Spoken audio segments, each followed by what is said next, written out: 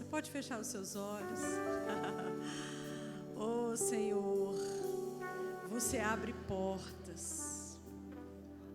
A porta que você fecha, ninguém abre, mas a que você abre, ninguém fecha. Você abre portas. Você opera milagres. Porque o que o nosso braço pode alcançar, a gente faz, mas o que a gente não pode fazer, então aí é um milagre. Você é o operador do milagre. Você é o autor do caminho. Você é o autor, você escreveu o caminho, você é o dono do caminho, o autor. O autor do caminho e a luz no fim do túnel. A luz que aponta a saída da situação difícil, da situação em trevas, da situação escura. Ele é a luz do caminho. Você abre portas, opera milagres. É o autor do nosso caminho e é a luz na escuridão. Nós te louvamos nessa noite, porque essa noite é sua. O culto é do Espírito. O culto é do Espírito e para Ele. Então, Pai, nós te oferecemos nosso tempo, nossa dedicação, nossa mente, nosso corpo, nosso entendimento, nosso espírito para ser ministrado por você. Poderíamos ficar em casa, como já foi dito, poderíamos ter ficado nos aquecendo. Todos nós trabalhamos hoje, fizemos nossos afazeres, mas decidimos estar aqui porque entendemos que há uma comida e uma bebida para ser ceada neste lugar. E por isso estamos aqui. Obrigada por esse ajuntamento santo. Nós te louvamos, nós te invocamos, Espírito. Ser livre em nosso meio. Espírito de conselho. Espírito de iluminação, de esclarecimento. Jogando luz nos olhos do nosso entendimento. Nos fazendo ver o que porventura não estamos vendo ainda. O espírito de entendimento, de revelação sobre nossas vidas, caindo, essa unção caindo sobre nós como orvalho. O orvalho não se vê, mas quando se passa a mão, ele está lá, ele já molhou tudo. De repente, ele já molhou tudo. Seja assim sobre a nossa vida nessa noite. Em nome de Jesus. Aleluia. Amém. Obrigada. Glória a Deus, querido. Você pode sentar um pouquinho. Boa noite. Vocês estão bem? Amém. Para mim é uma honra estar aqui. Amém. E poder estar junto com você, conversando com você as coisas do Espírito. Enquanto eu estava antes de subir, eu bebo muita água, por isso que eu vou muito ao banheiro. Porque eu acho água uma coisa muito importante. E todos os médicos sempre dizem, beba água, beba bastante água. Não espere ter sede para beber água. Porque o seu corpo precisa de água, mesmo que você não perceba que ele precisa. A água, ela viabiliza todas as funções do corpo. Não é à toa que o ser humano foi gerado dentro d'água. Amém? Não é à toa que muito mais de 50% do nosso corpo é formado de água. Vocês estão comigo? Mas água a gente bebe independente de estar com sede ou não. Com sede, ela ganha um fator mais gostoso, ela é mais saborosa para nós. Você já sentiu muita sede e conseguiu beber água? Deve ter sido uma maravilha, é prazeroso. Mas mesmo sem sede, você ainda precisa de água. O idoso, por exemplo, ele não sente muita sede. E é indicado pelo geriatra ficar oferecendo água para ele de vez em quando, porque ele não sente sede, mas ele precisa beber água. Às vezes a gente não tem noção de o quanto a gente precisa beber de Deus. E às vezes a gente está sem sede. Aí porque está sem sede, acha que não precisa beber da água. Só que o seu mundo, o seu corpo espiritualmente falando, ele precisa beber de Deus. Você sentindo sede ou não, com sede era melhor, porque você ia sentir um sabor bem melhor. Mas mesmo assim, a gente ainda precisa beber. Estão comigo? Se a gente não entender a importância de ter sede de Deus para as coisas de Deus, É como beber água sem sentir sede. Você faz só por causa da necessidade. Mas ainda assim, pelo menos faz. Deus quer que o nosso saciar dele seja prazeroso para você. Seja prazeroso para mim. Estão comigo? O que acontece é que às vezes a gente não tem sede. Às vezes a gente está fastioso. Às vezes a gente acha que já está cheio demais. E realmente, quando a gente pensa isso, isso é uma demonstração de que a gente não tem quase nada. Amém, queridos? Com mais sede, fica mais gostoso. Tudo bem? Amém? Então, como o culto é do Espírito, a gente planeja algumas coisas, anota algumas coisas, mas a gente fica na dependência do que Ele mesmo desejar fazer. E eu tenho sim um norte, eu tenho uma veia, e é sobre isso que a gente vai começar a falar, e depois a gente vai ver o que é que precisa ser feito, o que é que precisa ser distribuído, amém? Quem é que está com sede, quem é que quer beber, quem tanto faz, se tiver está bom, se não tiver também está bom, e é isso aí é que Deus mesmo sabe distinguir no meio de cada um de nós o nível de sede que cada um tem, amém? Estão comigo? Amém. Então, vamos lá. Eu quero que a gente comece, por favor, abrindo em 1 Timóteo 2,4.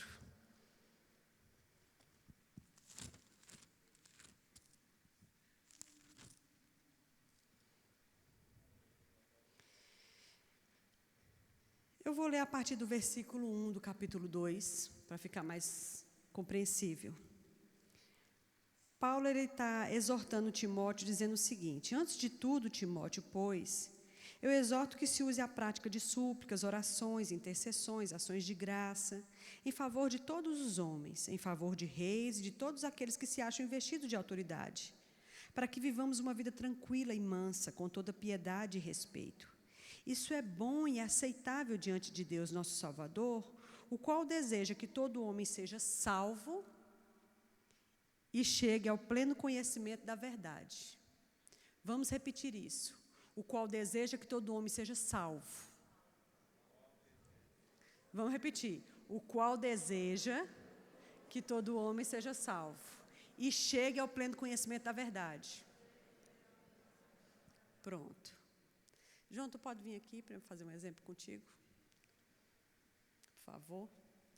Esse versículo ele deixa bem claro, ele vem falando sobre oração, oração por todos os homens, sobre quem está investido de autoridade, para que a gente tenha uma vida mansa e piedosa. E ele está falando aqui de todo nível de autoridade. Isso. Vem para cá. Aí ele diz que Deus, isso é bom, é agradável diante de Deus, o qual deseja.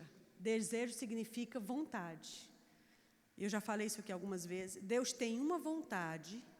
E ele deixa claro isso nesse versículo, e é uma única vontade que tem dois braços. Levanta aquele de lá, João, fica bem assim. Isso. Deus deseja que todo homem seja salvo. E também deseja que todo homem chegue ao pleno conhecimento da verdade. Não é verdade? Não é isso? Deus tem uma vontade que se divide em dois braços. Que todo homem seja salvo e que chegue ao pleno conhecimento da verdade. Isso não lembra uma cruz? Não é? E não foi aqui nesse lugar, pregado na cruz, que ele veio conquistar exatamente o poder de conseguir ter essas duas vontades cumpridas? Salvação do homem e crescimento do homem. Essa é a vontade plena. Para isso ele veio para a cruz. Para conseguir a salvação da humanidade na cruz, o pecado, a força do pecado sobre o homem foi quebrado. Então ele conquistou salvação. Mas ele não terminou na salvação. Ele também quer que uma vez salvo, a gente continue crescendo, conhecendo a plenitude, chegando na plenitude do conhecimento do seu filho. Janaína, qual é a vontade que Deus se importa mais? É essa ou é aquela? Nenhuma das duas.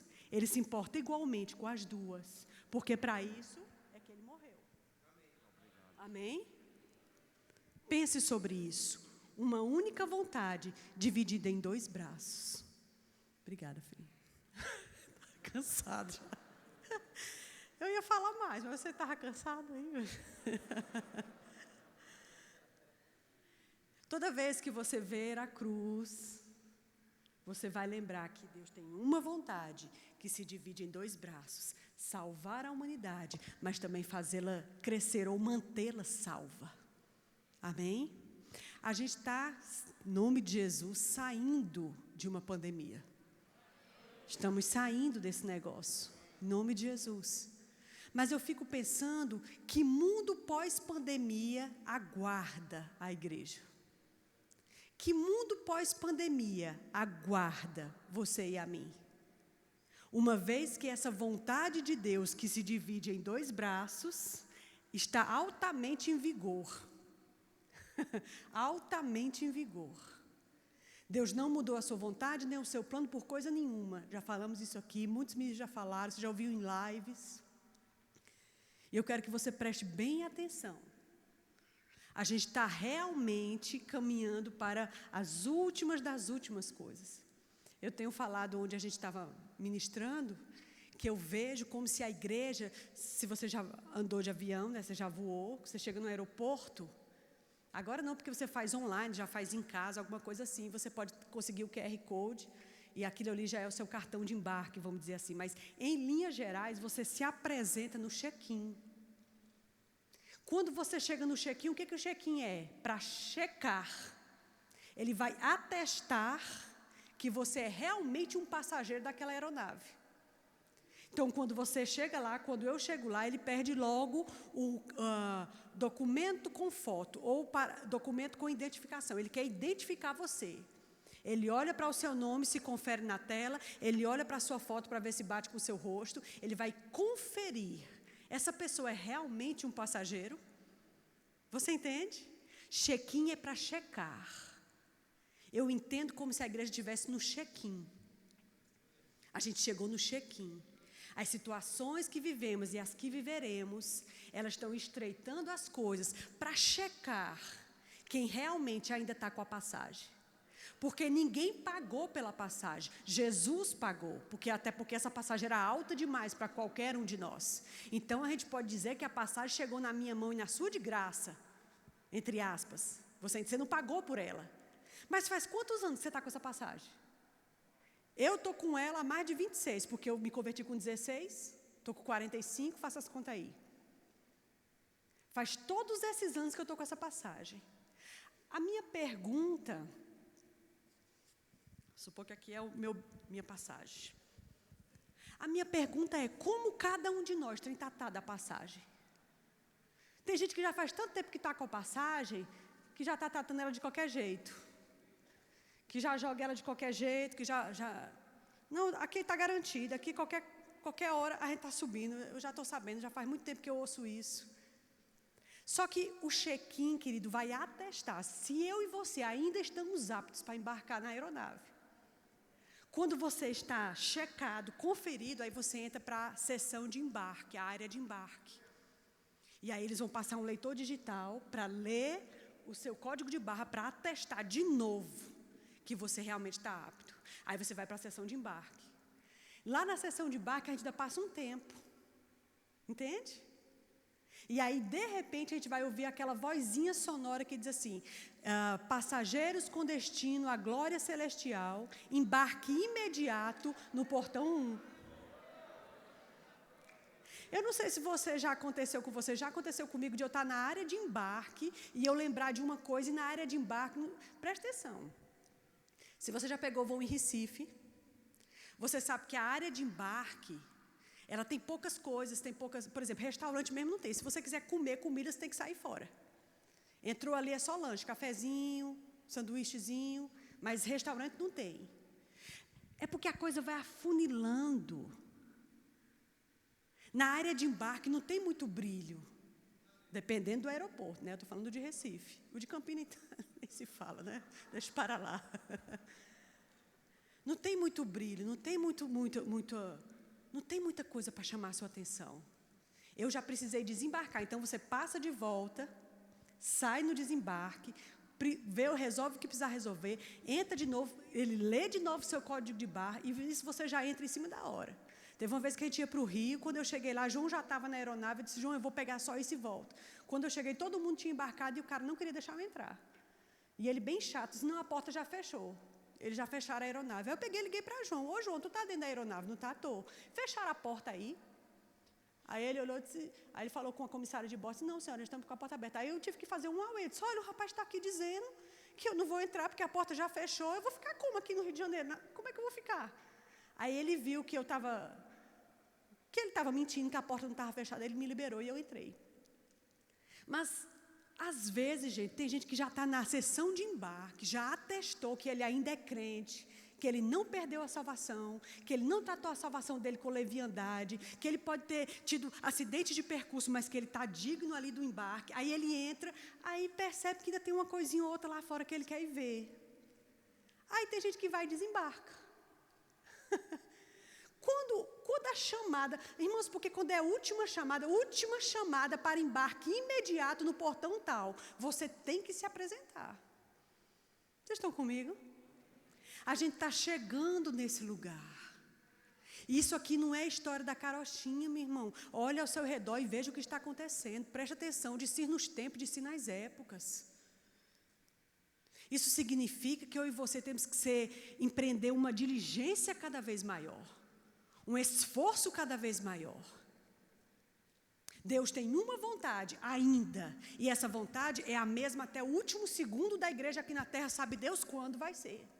A vontade de Deus ainda é salvar o máximo de pessoas que Ele puder e fazer o máximo de pessoas salvas se manterem salvas, chegando ao pleno conhecimento do Filho de Deus. Essa é a vontade de Deus. Só que quem vai cumprir essa vontade não são anjos. A Bíblia diz que os anjos bem queriam atentar para aquilo, a nossa tarefa que nos foi nos dada, mas não está na mão deles, está na mão da igreja. Existe um nível de poder e um nível de manifestação que a gente está muito longe de provar. E muito disso tem a ver com a falta de sede. Porque tem gente desidratada das coisas de Deus, mas não percebe porque não sente sede. E essa sede eu e você precisamos alimentar. Eu preciso alimentar a minha sede de Deus. Ela tem que ser uma sede insaciável. Quanto mais eu bebo, mais eu quero. Quanto mais eu bebo, mais eu quero. É para ser desse jeito. Amém, queridos? Porque os nossos ajuntamentos, eles seriam muito mais poderosos. E isso independe de quem estiver ministrando. Não tem nada a ver com quem fez o louvor. Não tem nada a ver com quem dirige o culto ou com quem prega. Tem a ver com você que é avivado, afogueado e se juntou com seus irmãos. Pronto, é isso que é. Tem a ver comigo, com você que somos afogueados e chegamos juntos. Pense sobre isso. A Bíblia diz em Efésios que Deus estabeleceu uns na igreja como apóstolos, profetas, evangelistas, pastores e mestres, visando o crescimento, o aperfeiçoamento dos santos, o desempenho da sua tarefa, do seu ministério, até que todos cheguemos à plenitude, à maturidade de Cristo. Quer dizer, Ele tem esse alvo de crescimento. Eu não posso só nascer de novo, entrar na igreja, congregar nos domingos e dar meu dízimo e achar que está tudo bem. Há um crescimento e um desenvolvimento que eu preciso fazer, que você precisa fazer, e ninguém vai fazer ele por você. E eu digo a você, só ouvir a palavra do pastor no domingo não é suficiente para fazer ninguém crescer. E sem esse amadurecimento, eu e você não vamos conseguir enfrentar o que está nos aguardando aí na frente. Você entende, queridos? E Deus vem nos alertando já faz tempo, não é coisa agora da pandemia não. Que eu e você temos que desenvolver a nossa vida com uma velocidade um pouquinho acelerada. Porque senão a gente vai começar a ficar para trás. E não vai conseguir lidar com as tsunamis que vão se apresentar. Porque para o mundo, as coisas vão ficar cada vez mais a cara deles. Esse mundo velho que a gente está aqui embaixo, está ficando cada vez mais parecido com o seu imperador. O mundo que jaz no maligno, a Bíblia não diz que está no maligno, a Bíblia não diz que pertence ao maligno, poderia ter usado esses termos, mas diz que jaz. Sabe o que é jaz? Está morto em. aqui jaz o corpo de fulano de tal, está enterrado está morto neste lugar. O mundo está morto no maligno. E o mundo está tomando cada vez mais a cara do seu imperador. A pergunta é, a igreja está tomando a cara daquele que tirou você do império das trevas e transportou para o reino do Filho do seu amor? Porque eu e você deveríamos estar tomando a cara daquele que nos transportou, daquele que pagou a passagem. E isso é muito sério. É muito bonito, amada, a gente vir para a igreja, ouvir uma boa mensagem, dar um glória a Deus e dar uma carreira. Mas na hora que você estiver enfrentando Satanás dentro de casa, na sua vida, com enfermidade, com desemprego, com filho dando trabalho,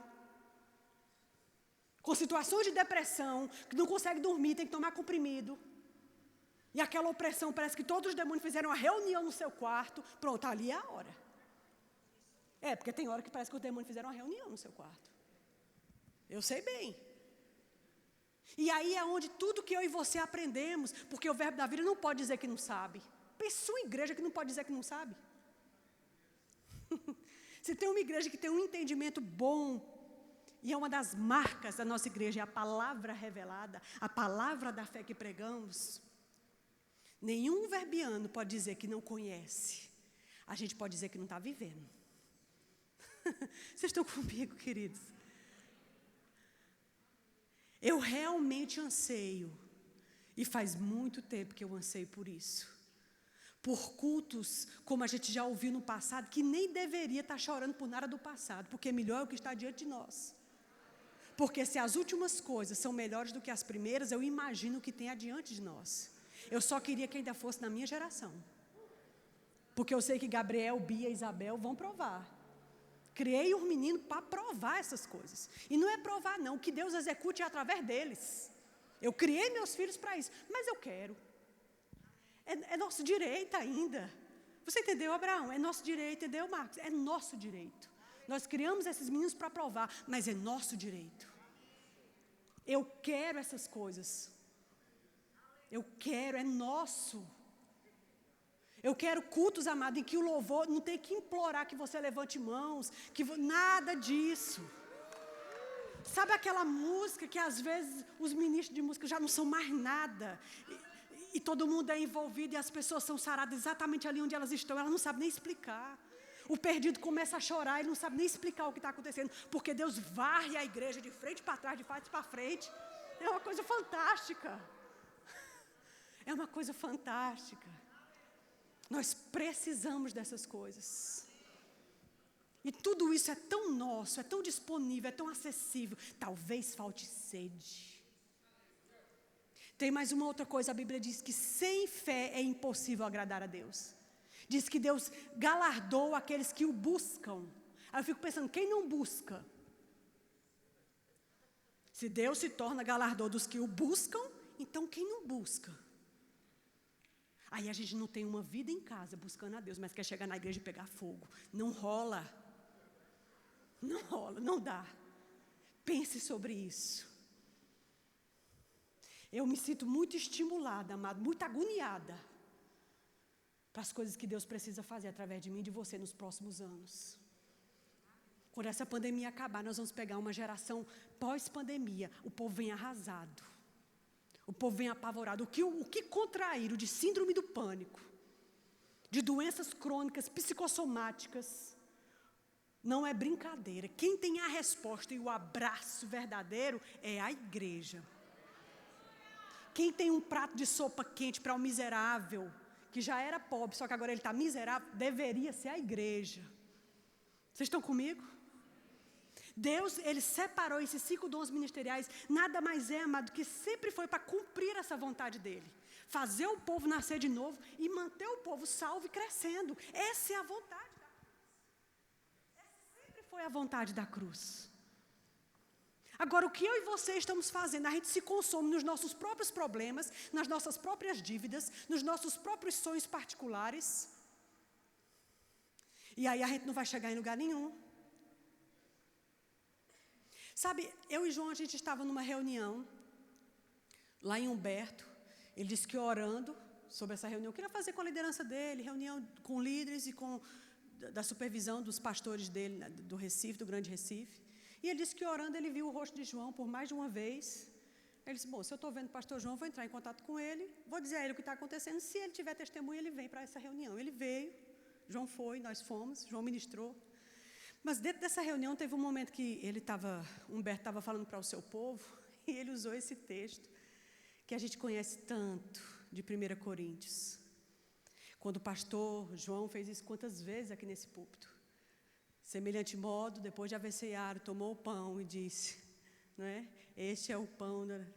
Quantas vezes João fez isso? A gente só abre esse texto na ceia. Eu quero que você, por favor, abra comigo.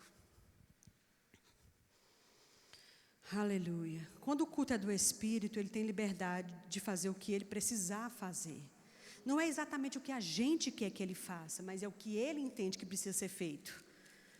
Amém? Na verdade, todo culto deveria ser culto do Espírito, porque ele é o dono. 1 Coríntios 11, versículo...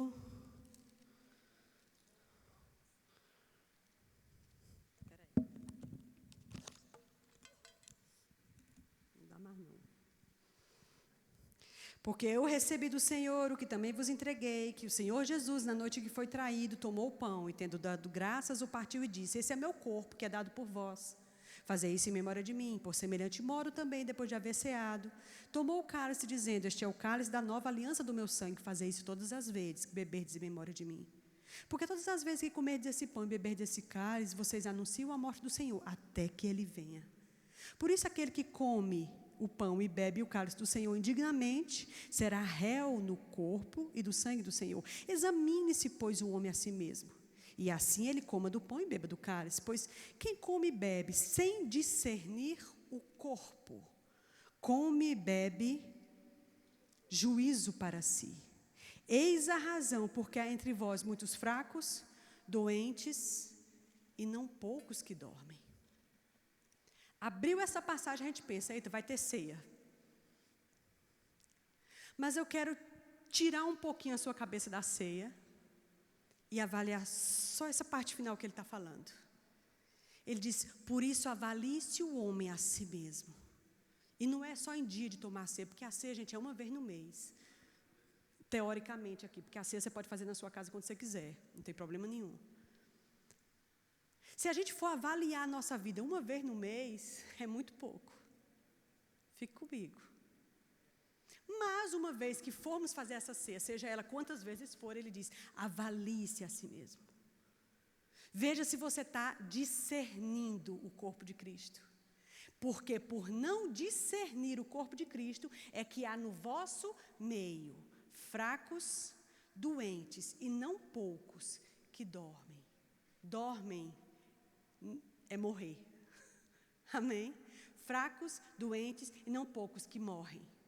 Por causa de quê? Por não discernir o corpo. Quem é o corpo? O que é o corpo de Cristo?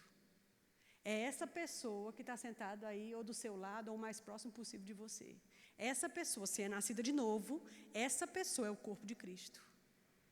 E há em nosso meio fracos, doentes e não poucos que partem porque não discernem o corpo. Gente, eu acho isso fantástico. A gente, quando vai ceiar, não sei você, eu lembro de alguma coisa que eu fiz, aí falei uma palavra áspera com o João, aquela negligência que eu tive quando Deus me convocou para orar e fui pedindo perdão. Você fica fazendo aquela varredura, certíssimo. Mas ele está falando sobre não discernir os irmãos. Não discernir o ser humano. E isso vai nos enfraquecer. A Bíblia diz que onde há divisão e facção, lá em Tiago, todo tipo de mal está livre para operar. Você sabe o que significa todo tipo de mal? Gente, todo tipo de mal, Satanás vai tirar unidunité para ver qual é o que ele vai fazer. Todo tipo de mal é qualquer mal. É um atropelamento, é um esfaqueamento, é um roubo, é um câncer. Todo tipo de mal. Onde há divisões e facções. Não discernir o corpo. Deixa eu te dizer uma coisa. Não carregue mágoa. cada vez mais eu tenho sido convencida. E Deus trata comigo pessoalmente. Janaína, não carregue mágoa. Você está entesourando para você coisa ruim mais na frente. Se despoje agora, independente de qualquer coisa. Discirna o corpo. Ah, mas assim, mas é o corpo. Ah, mas é o corpo. É o corpo, acabou. Do jeito que você é o corpo. Você entendeu, queridos?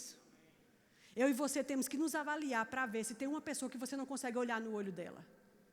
Se tem uma pessoa que se ela vier por aquela porta, você arrudeia e vem para aquela outra. Se tem uma pessoa que você não consegue trocar o cálice com ela.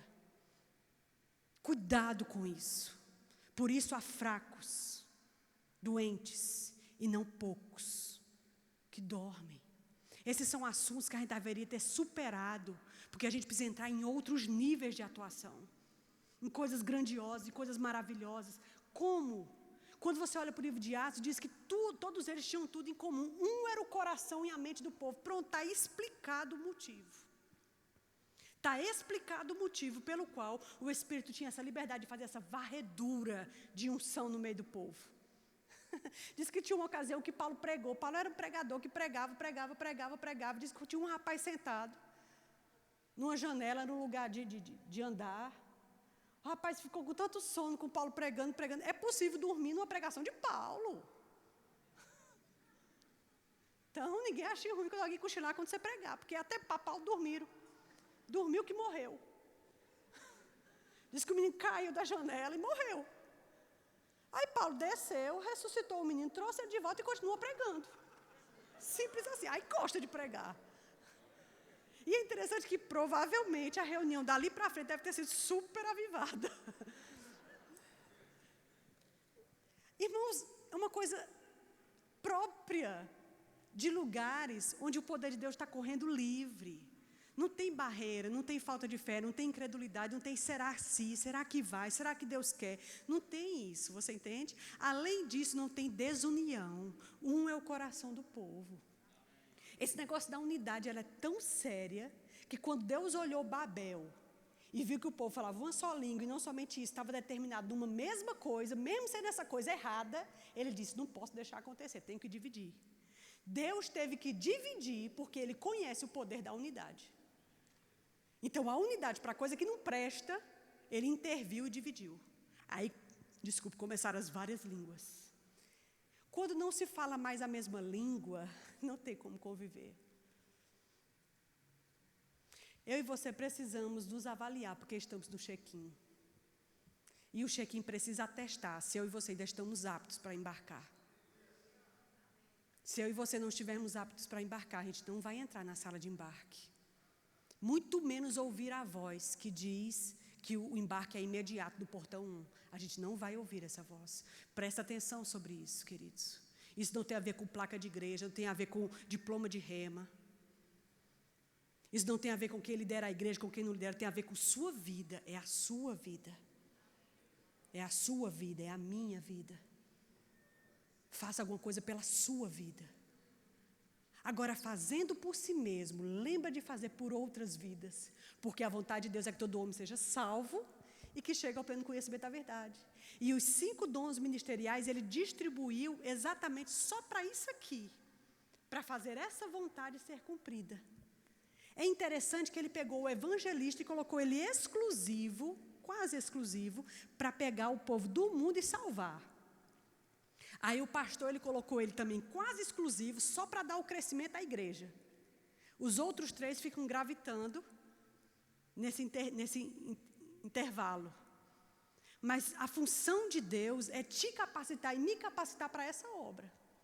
E se eu e você não fizermos isso, amados, a gente vai ser infeliz. Essa depressão e essa angústia, essa dor, esse aperto no seu coração, isso vai passar quando você fizer alguma coisa pelos outros. A gente precisa fazer alguma coisa pelos outros. Tem um vídeo, tu acha que pode passar? Eu passei esse vídeo para o Telegram de Isabelle quando eu cheguei.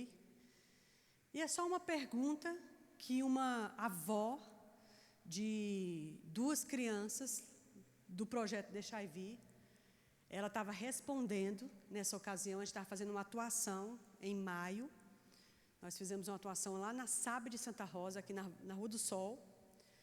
E nós tínhamos uma pessoa fotografando e filmando, e ela chamou essa mãe e perguntou a essa mãe, essa avó no caso, né, ela que cria os meninos, o que era o deixar vir para ela. Aí a gente gravou esse depoimentozinho dela, eu achei tão bonitinho. E isso já fazia quase 1 ano e meio que o projeto estava parado. Eu acredito que vai dar para passar, né, Beli? O que é o deixar e vir para você? Deixar vir para mim é uma coisa muito importante, né? Porque eu tenho 4 netos no projeto. E o projeto é uma coisa que todas as mães deveriam trazer seus filhos, porque vocês são umas bênçãos, né? Vocês ensinam aquilo que a gente deve aprender, que é a palavra do Senhor. Para essas crianças que no futuro elas venham saber que Deus existe na vida da gente, né? E que o projeto não deixe, não pare, arrume qualquer canto para colocar para essas crianças saber que o melhor é Jesus. Amém. E que vocês prossigam, não parem, em nome de Jesus. Amém. Amém. Eu achei bonitinho ela dizendo, por favor, prossiga, não pare. Né? A gente está recomeçando o projeto provavelmente em setembro. Agora, no mês de agosto, a gente vai fazer as matrículas das crianças. E a gente vai funcionar, muito provavelmente, também ali na SAB de Santa Rosa. É um lugar bem central. Né? E todas essas mães, essas crianças estão esperando a gente já faz tempo. Sempre perguntam, vai ser quando, vai ser quando, vai ser quando. Pronto, vai ser agora. Amém? E eu vou te dizer uma coisa, amados. Fazer alguma coisa. A Bíblia diz que um copo d'água que você der, não lhe vai faltar o galardão. Imagina se você faz uma comida, se você dá um afago, se você dá um abraço, se você tira um piolho, que a gente tira um bocado lá. Entende? A vontade de Deus é que todo homem seja salvo. Janaína, mas se elas não nascerem de novo pela sua mão, certo? Mas a Bíblia diz que um planta, aí mais na frente na vida daquelas pessoas, outro vai e rega. Aí no final das contas, Deus vai dar o crescimento. Nem sempre as pessoas vão fazer a confissão por você, junto com você. Mas você vai ser um dos contribuintes para que Deus construa naquela vida o crescimento que Ele quer mais na frente. Você entende? Por isso que a Bíblia diz, fala a palavra a tempo e fora de tempo. A gente não pode esperar um momento favorável. Este é o momento favorável. Este é o momento. Sempre foi o momento. Faz 2000 anos que é o momento. Amém, queridos? Faz 2000 anos as pessoas querem ser amadas. Deus não ama coisas. Deus ama pessoas. Toda a organização física que a gente faz, e todos os sistemas, e todos os computadores, e todas as organizações, e os organogramas, e as muitas reuniões, não é para outra coisa que não seja para favorecer o trabalho para pessoas. Para ajudar pessoas. Porque Deus não se incomoda com cadeiras. Deus não se incomoda com computador, nem com espaço físico. Deus quer gente. Se cuidamos bem desse lugar, é porque as pessoas precisam estar bem nesse lugar. É para que mais pecadores possam entrar aqui e ouvir a palavra. É para que a gente possa ter um culto do Espírito Santo, por exemplo, cheio, que a gente tenha que pedir o povo para ter afastamento. Quando a gente tiver mais sede, aí a gente vai vir beber. Vocês estão comigo? Você vai se sentir realizado quando você estender-se ao aflito. Você vai se sentir realizado, você vai se sentir feliz quando você fizer isso. Tem uma passagem,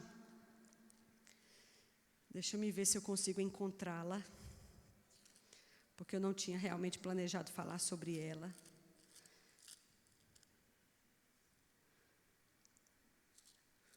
Mas ela é muito importante nesse momento. João, vem cá. Me ajuda aqui.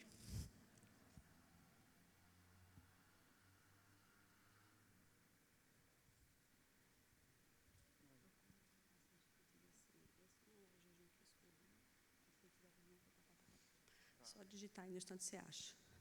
É bom ter auxiliadores. Amém? Queridos, eu estou já terminando. Nós temos feito muitas confissões nesse período. Graças a Deus por isso. E a gente tem que fazer mesmo, declarar a palavra. A gente só tem que lembrar ou observar, lendo o contexto dessa confissão que a gente está fazendo, se ela é uma confissão, uma declaração condicional. Porque se ela é uma declaração condicional, não importa o quanto eu fale, o quanto eu declare, o quanta fé eu tenho enquanto eu declaro aquilo. Aquilo que eu estou declarando só acontece na minha vida se eu cumprir a condição. Você entende? Por exemplo, o que descansa sobre o onipotente é aquele que habita no esconderijo.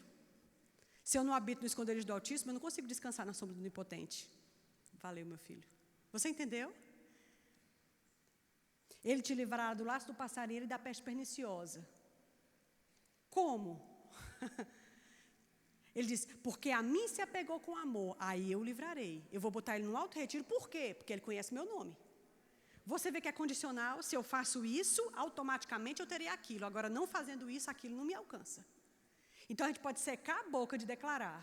É muito lindo o Salmo 91, para mim é um dos preferidos. Mas eu tenho que entender que eu tenho que cumprir as condições. E tem um texto muito lindo aqui, que eu acho maravilhoso. Todo mundo acha lindo esse texto.